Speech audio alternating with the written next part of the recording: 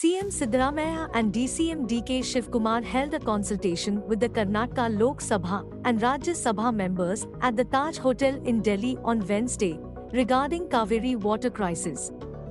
The meeting discussed the steps to be taken in the crisis situation caused by the Cauvery Water Management Authority order to release water to Tamilnadu in case of scarcity of drinking water and water to farmers in the state.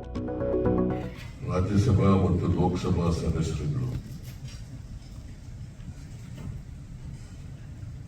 ಇವರುಗಳ ಸಭೆಯನ್ನ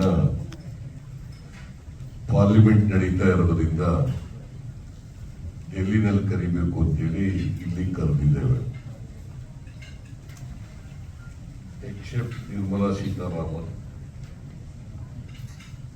ಎಲ್ಲ ಕರ್ನಾಟಕದಿಂದ ಆಗಿರ್ತಕ್ಕಂಥ ಸಚಿವರುಗಳು ಹಾಜರಿದ್ದರು, ಎಂಪಿಗಳು ಕೂಡ ಹಾಜರಿದ್ದರು. ನಿರ್ಮಲಾ ಸೀತಾರಾಮನ್ ಅವರು ಬೇರೆ ಕೆಲಸ ಇರೋದ್ರಿಂದ ಬರ್ಲಿಕ್ಕಾಗಲ್ಲ ಅಂತ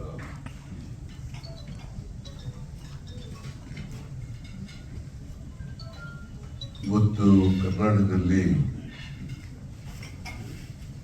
ಮತ್ತೆ ಸಂಕಷ್ಟದ ವರ್ಷ ಪ್ರಾರಂಭ ಆಗಿದೆ. ಮಳೆ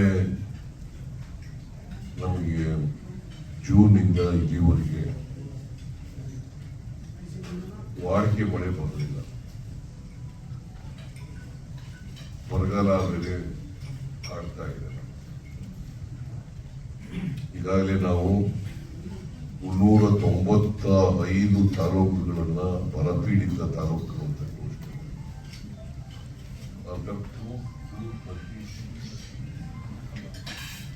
236 ತಾಲೂಕುಗಳಲ್ಲಿ 195 ತಾಲೂಕುಗಳನ್ನ ಬರಪೀಡಿತ ತಾಲೂಕು ಅಂತ ಘೋಷಣೆ ಮಾಡಿದೆ. ಮತ್ತೆ ಇನ್ನ ಒಂದು 20 ತಾಲೂಕುಗಳು ಬರಪೀಡಿತ ಇನ್ನೊಂದು ಮೀಟಿಂಗ್ ಮಾಡ್ತಾರೆ. Relief sub committee, cabinet sub committee meeting. ಈ ಸಾರಿ ಮಳೆ ಕೊರತೆ ಇದೆ. ಎಷ್ಟು ಮಟ್ಟ ಕೊರತೆ ಇದೆ ಅಂತಂದ್ರೆ ಆಗಸ್ಟ್ ತಿಂಗಳಲ್ಲಿ 123 ವರ್ಷಗಳು ಇಷ್ಟೊಂದು ಕೊರತೆ ಆಗಿದೆ. 123 ವರ್ಷಗಳಲ್ಲಿ ಇಷ್ಟೊಂದು ಕೊರತೆ ಆಗಿರಲಿಲ್ಲ. ಜುಲೈನಲ್ಲಿ ನಮ್ಗೆ ವಾಡಿಕೆ ಮಳೆ ಬಂತು, ಜೂನ್ನಲ್ಲಿ ಬರಲಿಲ್ಲ. ಮುಂಗಾರು ಮಳೆ ಈ ಸಾರಿ ನಮಗೆ ಬಹಳ ಕಡಿಮೆ ಆಯಿತು. ಹಾಗಾಗಿ ಇವತ್ತು ಸಂಕಷ್ಟದ ಏರನ್ನ ಎದುರಿಸಬೇಕಾದಂತ ಪರಿಸ್ಥಿತಿ ನಿರ್ಮಾಣ. ಆದರೆ ದುರದೃಷ್ಟವಶ ಇವತ್ತಿನವರಿಗೆ ಸಂಕಷ್ಟದ ಸೂತ್ರ ಏನು ಅಂತ ತಯಾರಾಗಿಲ್ಲ. ಸಂಕಷ್ಟದ ಸೂತ್ರ ತಯಾರಾಗಿಲ್ಲ.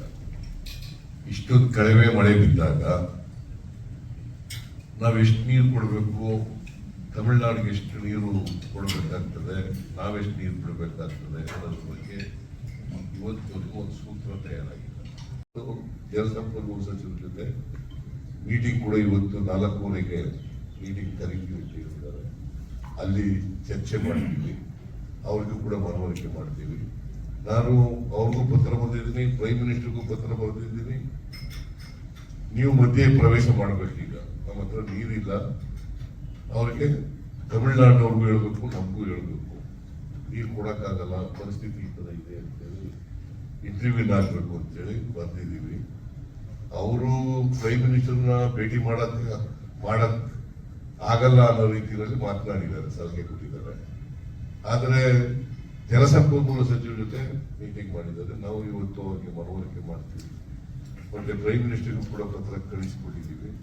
ನಮ್ದೇನಪ್ಪಾ ಅಂತಂದ್ರೆ 2 ರಾಜ್ಯಗಳನ್ನ ಕರೀಲಿಕ್ಕೆ ಅಧಿಕಾರ ಇರ್ತಕ್ಕಂಥದ್ದು ಪ್ರೈಮ್ ಮಿನಿಸ್ಟರ್. ನಾವು ಭೇಟಿ ಮಾಡಿದ್ರೆ ತಮಿಳುನಾಡಿನವರು ಹೋಗ್ಲಿಕ್ಕೆ ಸಾಧ್ಯ ಇಲ್ಲ. 2 ರಾಜ್ಯದವರು ಕರೆದು ನಮ್ಮ ಅಹವಾಲು ಕೇಳಿ ಅವರ ಅಹವಾಲು ಕೇಳಿ ಒಂದು ತೀರ್ಮಾನ ಮಾಡಲಿಕ್ಕೆ ಸಾಧ್ಯ ಆಗ್ತದೆ. ಅದನ್ನು ಮಾಡಿ ಅಂತೇಳಿ ನಾವು ಸಮಯ ಕೇಳಿದ್ದೀವಿ, ಸಮಯ ಕೊಟ್ಟಿಲ್ಲ. ಇವತ್ತು ಕೂಡ ಎಲ್ಲ ಎಂಪಿಗಳಿಗೂ ಕೂಡ ಮಾತಾಡಿ ಅಂತ ಹೇಳಿದ್ದೀವಿ. ಕೆಲವು ಅಭಿಪ್ರಾಯಗಳನ್ನು ಹೇಳಿದ್ದಾರೆ. ಮತ್ತೆ ಜಲಸಂಪನ್ಮೂಲ ಸಚಿವರು ಹತ್ರ ಮೀಟಿಂಗ್ ಮಾಡಿದಾಗ ನಾವು ಸರ್ಕಾರ ಅವರು ಏನು ಹೇಳ್ತಾರೆ ಅಂತ ಕೇಳ್ಕೊಂಡು ನಮ್ಮ ನಿಲುವನ್ನು ಕೂಡ ಅಲ್ಲಿ ಪ್ರತಿಪಾದನೆ ಮಾಡ್ತೀವಿ. ಸೊ ಇದು ಇವತ್ತಿನ ಮೀಟಿಂಗು. ಮತ್ತೆ ಪಾರ್ಲಿಮೆಂಟ್ ಇದ್ದದರಿಂದ 11 ಗಂಟೆಗೆ ಪಾರ್ಲಿಮೆಂಟ್ ಇದ್ದದರಿಂದ ಮೀಟಿಂಗನ್ನು ಹೆಚ್ಚು ಲಂಬಿಸ್ತೇನೆ ಮುಕ್ತಾಯ ಮಾಡಿದ್ವಿ. ಮತ್ತೆ 4:30ಗೆ ಸೇರ್ತಾ ಇದ್ದೀವಿ. Yesterday is a very important day. All of them have moved to the new Parliament House. Today we had a first meeting. Though we had a lot of issues on Madahi, Krishna and other issues, we just today we took up only this Cauvery issue, and even we did not take up the Megadhat issue at this point of time. We will take up in the later. So today, whatever the decision has been come from the monitoring committee, which about 5,000. Now the inflow is very less. Only today we could see some little bit inflow has been there. We have compelled the order at some point of time, but due to the distress we are not able to. Still the government of the management authority has not regulated the distress formula. At what time, how much water has to be flown when there is a distress is there in the rainfall. So I think that all the Parliament members have jointly, unitedly, today at 4:30, the Honorable Minister for Parliament Affairs assured us that he is going to fix a meeting on behalf of the Karnataka with the Jal Shakti Minister. We will present our representation there.